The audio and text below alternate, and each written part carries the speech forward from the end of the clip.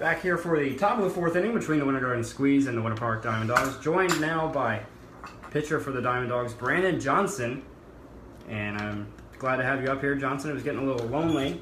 No one to talk to, just me, myself, and I. So glad you could join. I'm really glad to be here, honestly. Is the dugout too hot down there? Is it getting a little muggy? A lot of wet. Real rainy down there. Sitting in the bullpen is we run out of games to play. Oh, you didn't even get to sit in the dugout? You had to sit in the bullpen? Yeah, they put us in the bullpen. They treat the pitchers pretty bad around here. I ain't gonna lie to you. Well, they're supposed to treat you the best. You would think so. But not around here. But it's okay. Position players more important than us. Dawson Posick stands in and helped pop this one way high into the air, and Cortez going to camp under it, flip his mask, put it away for out number one. Maxwell Clark, the pitcher. We'll get to his stats in a second. Actually, you want to find his stats in there and read it to us? Oh, yes. Yeah, he's on the second page. So, Maxwell Clark, he was at Creighton, now undecided. Yes, he is. He has 5 Ks on the year, 2 walks. He has a... Oh, my goodness. What? Up here? Yeah, zeros. 0 ERA. Oh, look at that. Zero across the board. So you can't read this, but you're going to be on the mound throwing at guys 90 miles an hour. I can do that. Okay. So you just can't read close up then. Well, that's why I'm a pitcher. There you go. So we don't have to think about it much. We look at our catcher and they tell us what to throw and we throw it. That's about it. There you go. That works. You just got to execute. We are athletes, though. I'm going to put that on the air. I agree with that.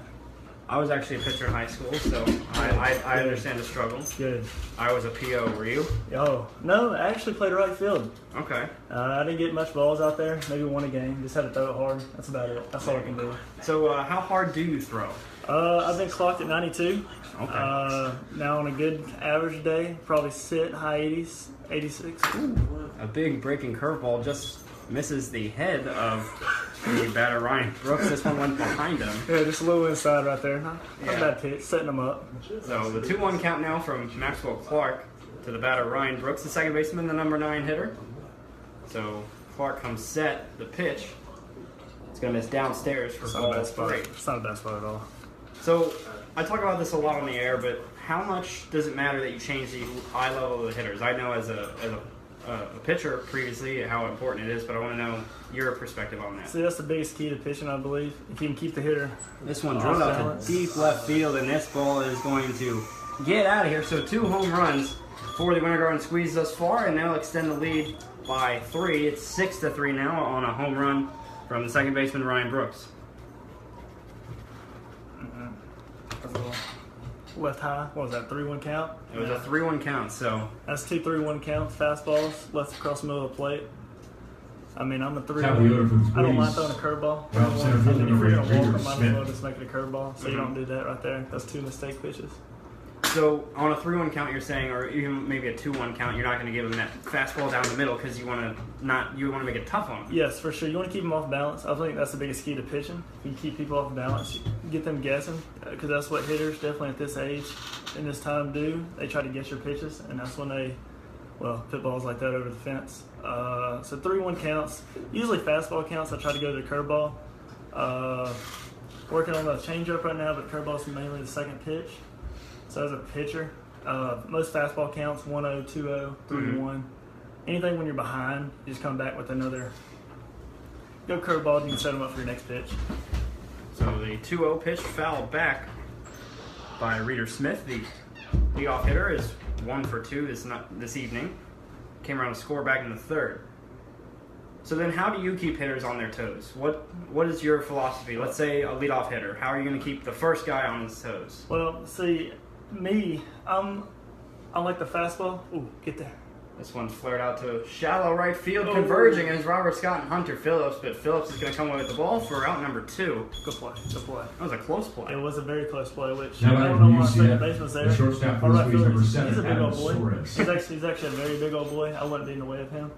Yeah, I don't think I want to be in the way of Hunter Phillips, too. I believe he's, 6'5"? I'm checking now. 6'2" at 235. You guys got a couple linebackers on this team. That's what I'm about to say. He is a D1 freaking fullback that runs to the middle and absolutely blows up a hole. So I wouldn't be in the way of him either. Which, Rob, he has some heart. He's a dog, as you can say, so.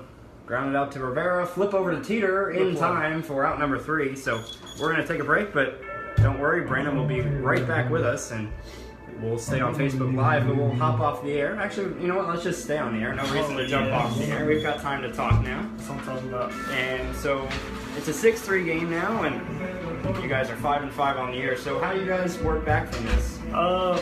The pitchers, as a pitching staff, we gotta limit there. No more. We gotta put up zeros for the rest of the game, just because definitely since it's a 7-inning game. Our hitters will come around. That's a great lineup, very stacked lineup actually. People are hitting the ball well. We're hitting balls pretty hard. We're getting our counts, hitting the head, but pitching wise, we're missing pitches, getting behind the counts. So if we can put up zeros for the rest of the game, I believe our hitters will bring us back. Other than that, I mean, our team, they fight back. We've had some close ball games this year. We've had 1 or 2 comebacks.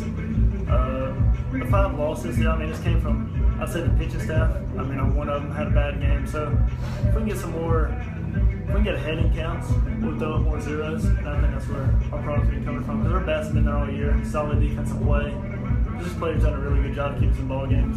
So as a pitching staff, we can come back, throw up some more zeros, we'll be fine. Yeah, and you guys put up 14 runs against the Scorpions, and Mercy ruled them in 7. And you've also had a couple of shortened losses, and DeLand was one with a 5-inning loss. That was, you guys were on the comeback trail there too. You were down 3-0, had 3-1, then you had the Hardy order. Then I the designated hitter number 18, Kale Jones. I mean, we weren't too mad about it because it was a short 5-inning game. Jake did really well that game. He was very phenomenal. If we can come back, get back on the winning side of it tonight, and come back from this 3-run deficit, we'll be fine. Get on the streak. So Kale Jones, the leadoff man, steps in and watches strike 1 on the inside corner, then ball 1. So let's hear more about you. Where do you go? What do you do there for college? And all right. I'm currently undecided. I'm transferring. Okay. I was at University of Alabama, Huntsville, D2 up in North Alabama. I'm from Tuscaloosa, Alabama, Roll Tide. I mean, that's just a natural. I live about 6 minutes away from the stadium. I'm studying aerospace engineering, so don't know how much that's going to play into my decision where I'm going to go, but it's going to definitely affect it. But I've always been fascinated with the Rockets.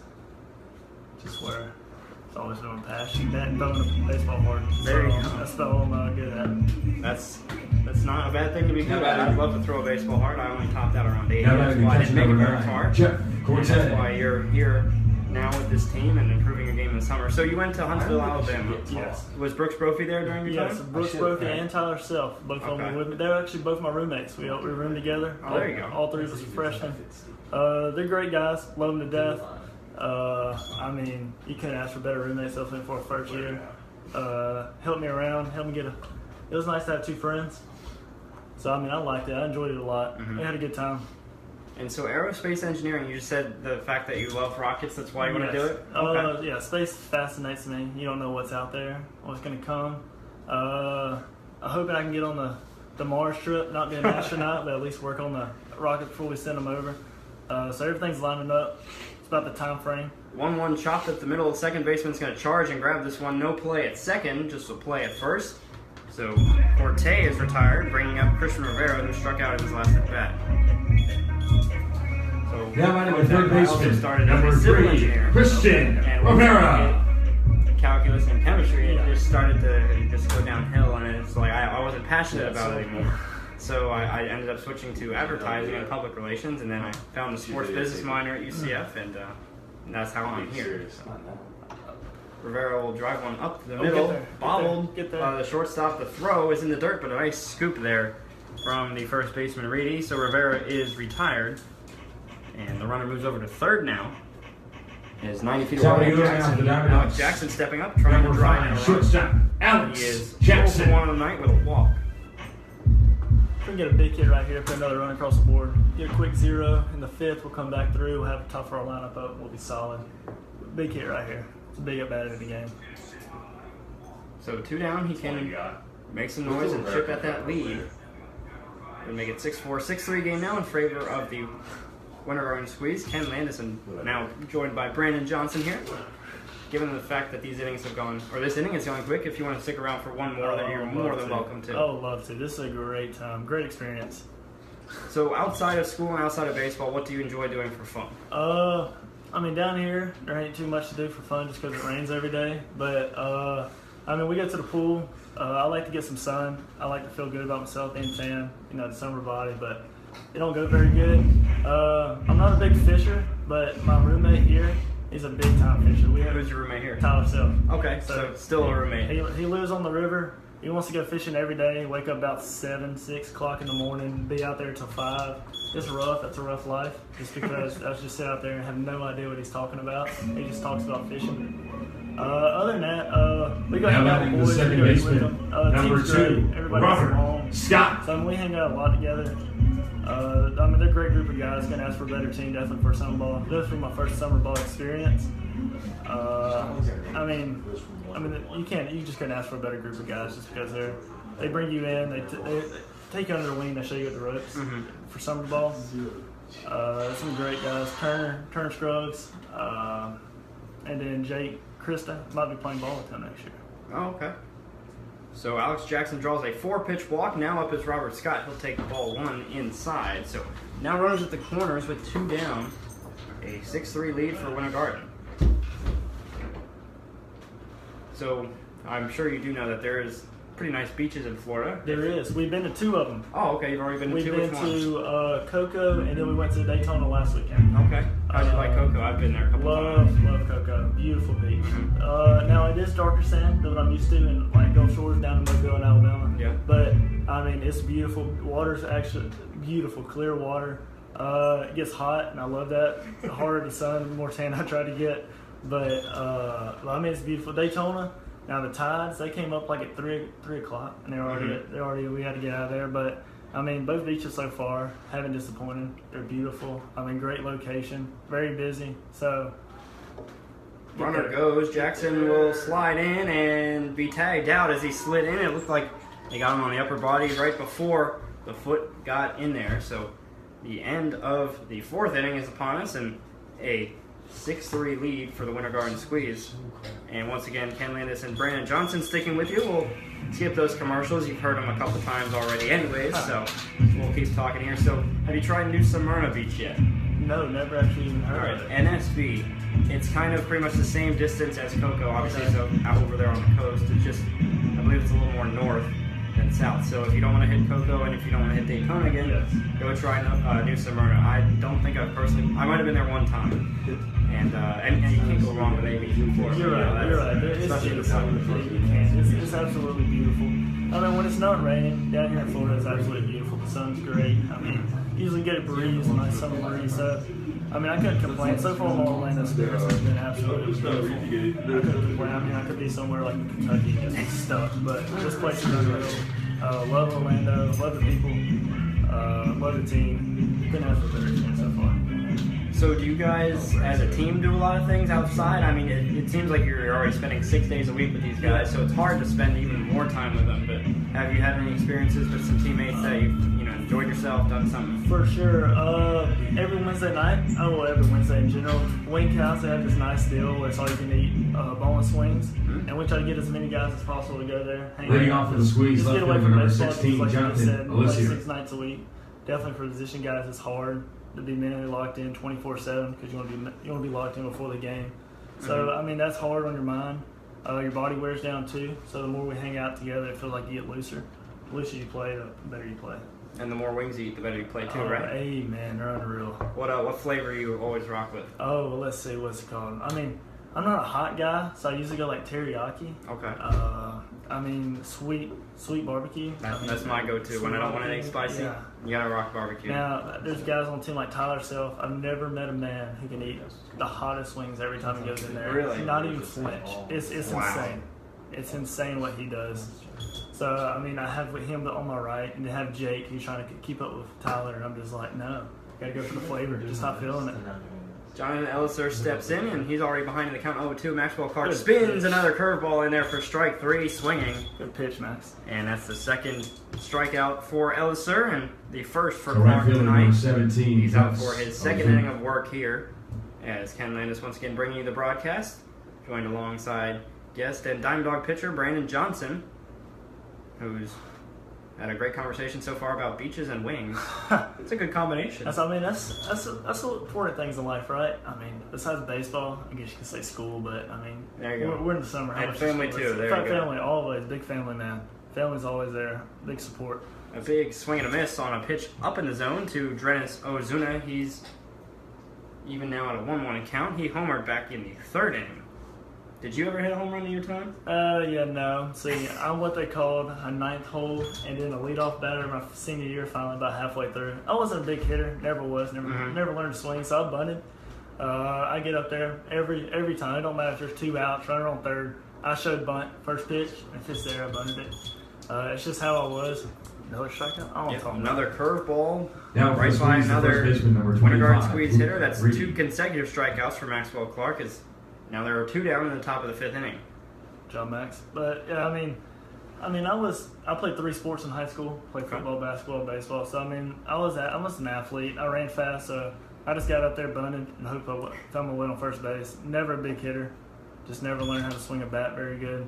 If I did get a hit, it was the right field, it was ground ball.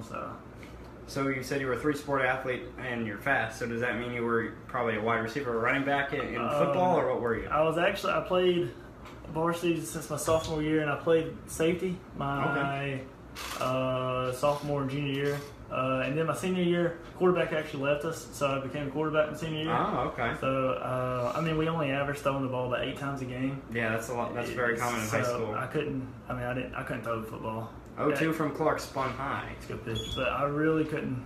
Not a good football thrower. Looked like a duck coming out my hand, so we slipped to running most of the time. But I mean, it helped me with velocity-wise with the baseball, just because it's a heavier ball, different arm motion, strengthen my shoulder up. Definitely a different feeling. Good pitch. Nice curveball run up inside, and Luke Reedy's going to have a couple of words with the umpire, but won't win that battle as he strolls back to the dugout.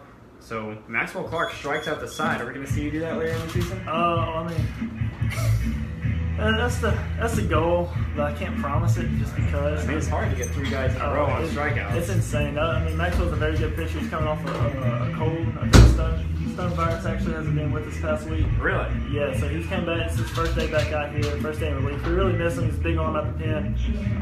Very, very great stuff. Besides one missed spot in the 4th, he's done really well for us over this entire year. He does stuff like that, explosive stuff. Straight out the pen, comes in and just gives up zeros for us. Yeah, I believe in his first outing he was perfect through 3 innings. Yeah, that's what I have here. 39 pitches, so his second outing was 38 pitches, so pretty consistent there. He works quick. I mean, he gets ahead of counts, so she got to do definitely coming out the pen. So he comes out the pen, throws up, gets you in a 1-2, 0-2 count, and next thing you know, he drops in that hammer and just absolutely destroys you. So besides going to the beach, what do you do at the beach? Do you just tan, or do you throw a football around? I love the ocean, so I mean, I put on my 2 layers of sunscreen, try not to be burnt, and I get up there, and I'll definitely be there. I mean, now I ain't the biggest Tyler Self. He'll sit out there for about 3 hours at a time. That's just way too long for me. I couldn't do that. I go out there for about 30, 45 minutes. I'll come back in. I'll give you a nice little tan. We'll throw the football around a little bit. Now, some of the guys on the team, I've never seen sandcastles built. You haven't? As good as they are. Yeah. Now that the second baseman, number 2, Robert. When they're telling me to do stuff, I just go back. I'm just gonna go sit on my towel. So just because they're pretty professional. But I mean, the beach is fun. Great group of guys when we go. I mean, it's hot. Scott drills one to center field, but camping under it is going to be the center fielder. Flip my scorecard. That's Smith out there for out number 1. So 1 pitch, 1 out, and we've seen Robert Scott do this a little bit, where he likes to swing on the first pitch, and sometimes it's a hit, sometimes it's not. I mean, it's a good. How about it for the approach. I mean, he's a center fielder, number 12. Never will miss a first pitch fastball like that. I mean, that's fastball high in the count. He's got a little under it. I mean, he's an unreal hitter. I mean, we've seen the stats this year so far. I mean, he saved us some big times, and he don't just get a hit whenever. He runs on base, second, third, lets 2 outs. He'll get a big hit for us. I love his approach. I mean, he swings hard, aggressive, and you wouldn't think there's much power out of his small stature, but I mean, he absolutely rates for us. Yeah, he's got 4 doubles on the season thus far. He's been impressive at the top of the lineup. Since Jackson came, he's now moved from first to second, so you're still pretty high up in the order. Oh, yeah. I mean, he's going to stay up there all year just because what New pitcher for the Winter Garden Squeeze, number 32, Jack Schmidt. He's really confident in his swing, and that's what you gotta have. Definitely at the plate. Just because, if you're going up there saying, "Oh, I'm striking out," I'm striking out. But he's up there. He's not he's fearless. I mean, you throw up anybody up there. You can bring Verlander in if you want to. I still think he'll go ball off the wall for you. Very fast on the bases. So once he's on the bases, you gotta be scared of stealing. So I mean, he's trouble for other guys, and that's why we have him so high in our lineup. I mean, he's a great ball player, really is. So another pitcher out of the bullpen for the Winter Garden Squeeze. It's Jack Schmidt, the left-hander. He's 6'7", 230, and a rising freshman. So he hasn't even played college ball yet. He must have been redshirted at Dartmouth. It's not the only guy from Dartmouth there. He's got his teammate Tyler Fagler, who is also up there in height at 6'4". There's some tall boys right there. And how tall are you for the fans watching? I tell myself I'm 6 foot. That's about probably cleats on. So I can say I'm 6 foot. It still counts. That's what I'm telling myself. Yeah, I'm about 6 foot. So being 6'7", 6'4", I mean that's a big body. Definitely coming downhill. He should be downhill. He probably has a really good 12-6. You just showed it right there. I mean lefty. So he's gonna come right at our hitters. If we can get ahead on when we hit the first pitch fastball, it looks like he's gonna try to dominate the fastball. If we can go ahead and jump on that, we'll be in really good shape. All right. So for baseball now, we're going back to baseball. When did you first know that baseball was what you wanted to stick with? I know you said you were a 3-sport athlete. Was that the same way through your childhood, or? Yes, I've always been a 3-sport athlete. I loved all 3 sports. They all had an equal spot in my heart. I mean, there's nothing like playing a football game under the lights just because the fans. I mean, it's unreal. But I got to about my junior year, and I realized, like, I'm pretty good at baseball. I mean, I just dominated on the mound.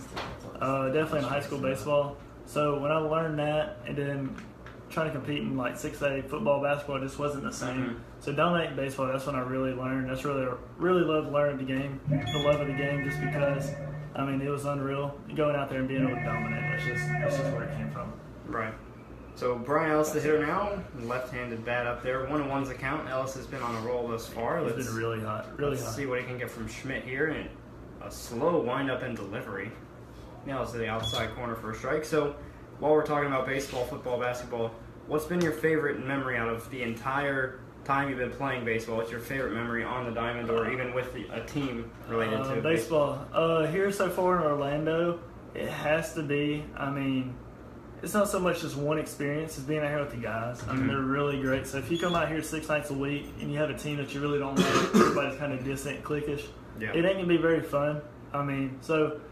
Actually having fun here, I did not expect that. So coming out here every day, we play hacky sack. We got a bunch of games that we play. It's a great group of guys. Good pitch. 2-2. Check swing by Ellis. He didn't go around, so full count now. But I'm not talking about just this summer, but the entire time you've been playing baseball. Let's see. What is your favorite memory? When was the best moment you had where you win a championship? I was 7 years old, and then Ellis swings through a breaking ball on the outside corner. Strike 3, 2 down. I was 7 years old. I get up with the runner on second and third. We had 2 outs, like bottom of number 28, Jacob. We're talking kid pitch. I'm a little kid. I was probably like 4'8", probably 110 pounds. He grooves me a fastball, and I finally hit one over the fence. Oh, okay. By far my best moment ever. I won the game. That's awesome. I've never been so pure in my life, but at the same time, I was 7 years old, and the fence probably 120. If I go up there and swing a bat now, might get one out of the dirt out of 18. So. Well, there you go. That's a good memory. I never put one over the fence, just a couple inside the Parkers. That's it. Oh my. I don't have that type of strength. As Jacob Teeter, who does have strength, he has the Diamond Dogs' only home run on the season. He stands in and stands with a 1-1 count here with 2 down. It's a very pretty swing. Very beautiful. I'm looking forward to watching it more. This guy is a multi-sport athlete too. Played volleyball in high school. 6'6". Yep. You should ask him about it. He played volleyball? Yeah. We didn't have volleyball at our school. That's pretty cool. Yeah, and I think in my notes he played spike ball he plays spike ball for fun, and he also does disc golf. Oh, I'm a disc golf guy. I love disc golf. I don't have a pretty golf swing, so there it goes. But I don't have a pretty golf swing, and I'm supposed to be a pitcher. I'm supposed to have one, but so I stay with the disc golf. I stay light. I like bowling. Bowling's fun too. Bowling is fun. So So that ends the inning here, and that'll end our time with our guest here, Brandon Johnson. Appreciate you spending the time with us, and look forward to seeing what you do the rest of the way here. For sure. And, Thanks for having me. You're more than welcome to come back up here anytime. Just yeah. let me know when. Had a great time. Great All right, time. awesome. I appreciate your time. Thank you. And look forward to seeing what you can do on the diamond. We'll be right back after this.